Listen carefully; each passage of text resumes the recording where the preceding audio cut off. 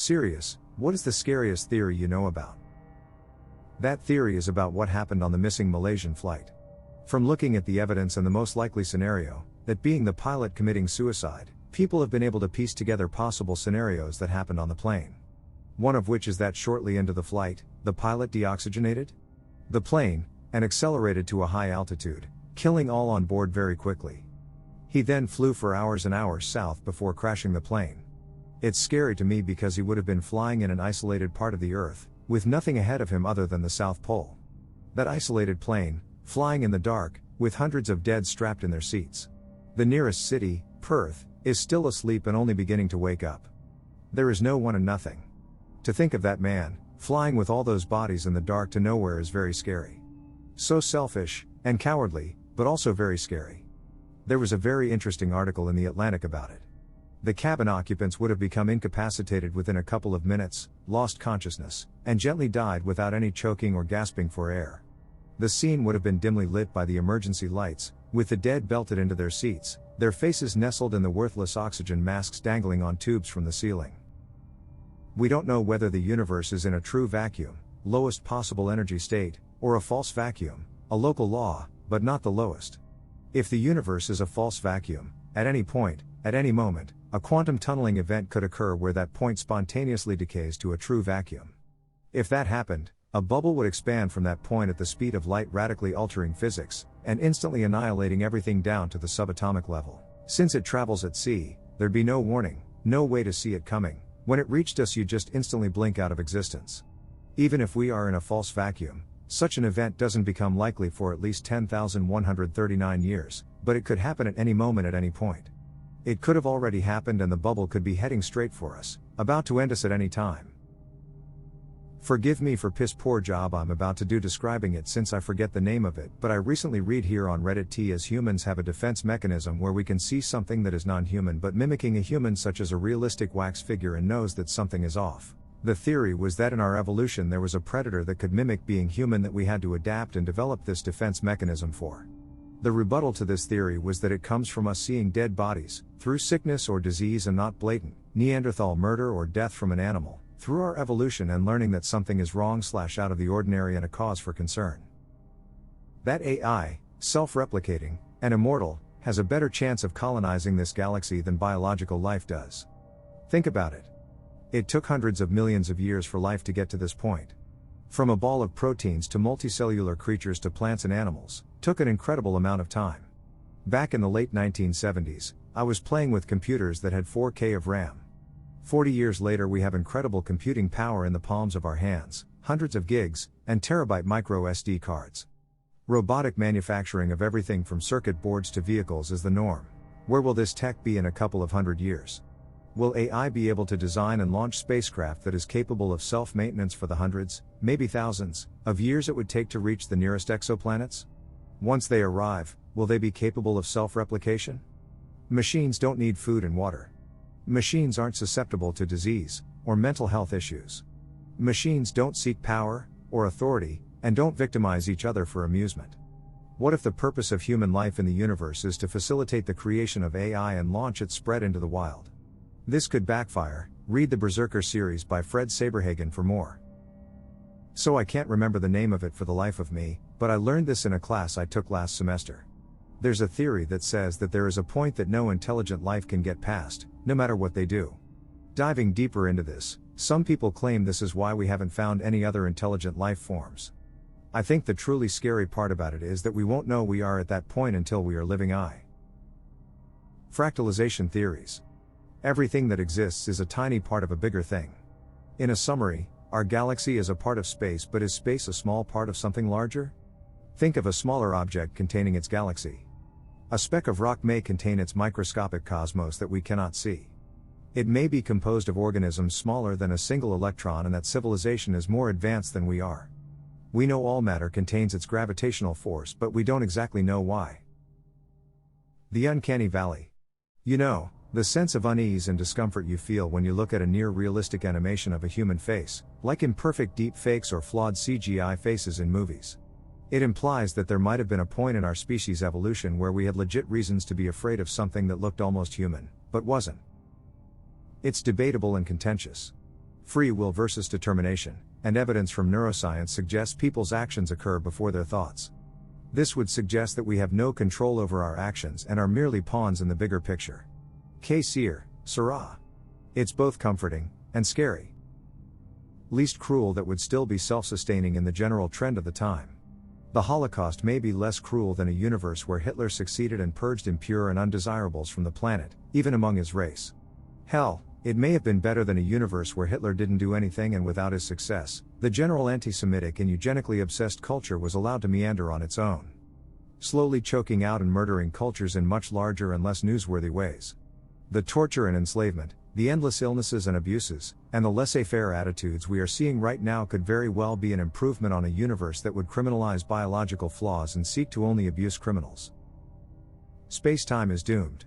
Donald Hoffman is a scientist who proposes that human brains understand and perceive nothing of ultimate reality because evolution is selected for survival traits, not trait haddish would enable us to perceive the true nature of existence. Much like a trash can icon on your desktop is a useful fiction that helps you use the computer, but there is no real trash can, and when you drag and drop a file you aren't throwing anything away. The reality of programming language is behind the user interface. Binary behind that, physical electronic circuits and components behind that, etc. Hoffman goes on to argue that the physical spacetime world we inhabit is such an interface and not real.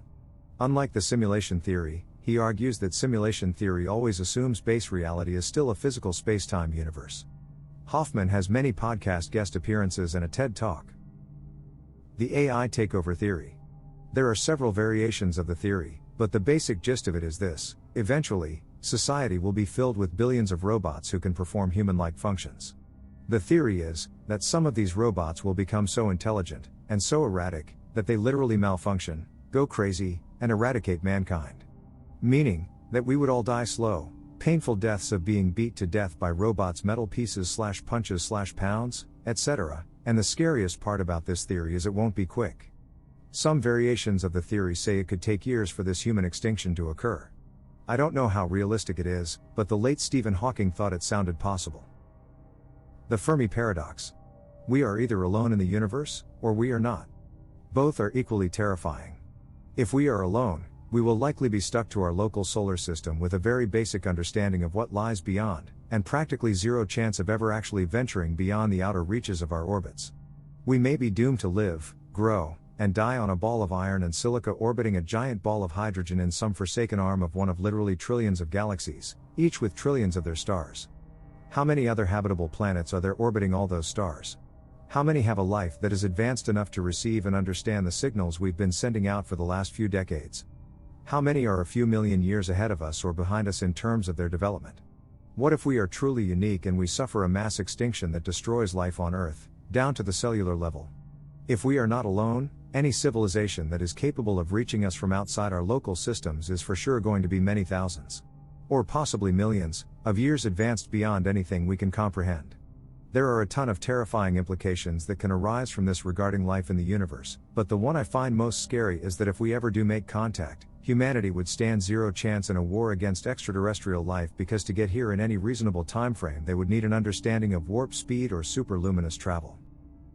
The Great Attractor. Over the years, scientists and astronomers have charted out space and we have a fairly good understanding of what's out there: planets, moons, stars, space, etc. Gravity plays a big role in showing what is attracted to what: moons around planets, planets around stars, stars around black holes. But people have begun to notice that everything out there in the galaxy is slowly but surely, scooting left on our map of the cosmos. Everything and anything is drifting ever slowly in one united direction, and something hidden and astronomically massive is dragging us and all known and unknown matter towards it. And we have utterly no say or action in the matter. Edit, spelling. That there could be beings in a completely different dimension that could fuck us all over and we wouldn't understand why. Take the example of us interacting with the second dimension. Let's say Bob is a stick figure on a piece of paper. Bob lives in the second dimension. He only knows length and width. Everything in his world is flat. Now let's say that you decide to drop a golf ball onto Bob. Bob will not see that ball coming at him. That ball exists in our three-dimensional world but not his two-dimensional world. He would feel the effects of the ball hitting him but would not see the ball. A higher dimension can interact with a lower one but not vice versa. Now come to us. We live in the third dimension since we have depth, unlike Bob. But much as the concept of a third dimension is impossible to comprehend for Bob, the concept of a fourth dimension is impossible for us to comprehend. It doesn't exist in the world that we know, so we can't even imagine what it is. But just because we can't understand it doesn't mean it doesn't exist. For all we know, some beings exist in a higher dimension than ours that could directly impact us and alter our lives, and we would have no idea that they were behind it. This is also a theory as to the existence of ghosts and spirits and why they can supposedly interact with our world without us being able to detect them. One day, we may be hit with a pandemic caused by antibiotic-resistant bacteria. When that happens, there will be nothing we can do. Many could die in awful conditions and healthcare institutions would quickly be overwhelmed. This would mark the beginning of the end for our comfortable lives, as more and more untreatable diseases would start popping up, and our quality of life would drop to what it was during the Middle Ages.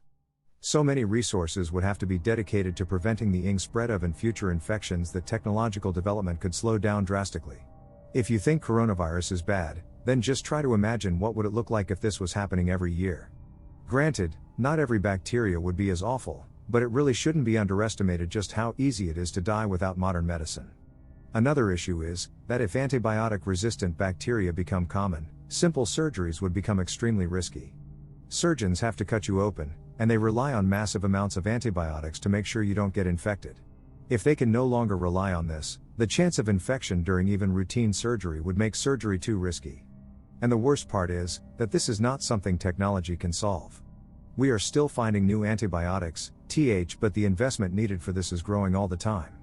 And industrial farming is accelerating the development of antibiotic-resistant tent bacteria as they feed their livestock antibiotics to increase the yields of meat production. This is probably the biggest existential threat to humanity, and we are doing very little about it.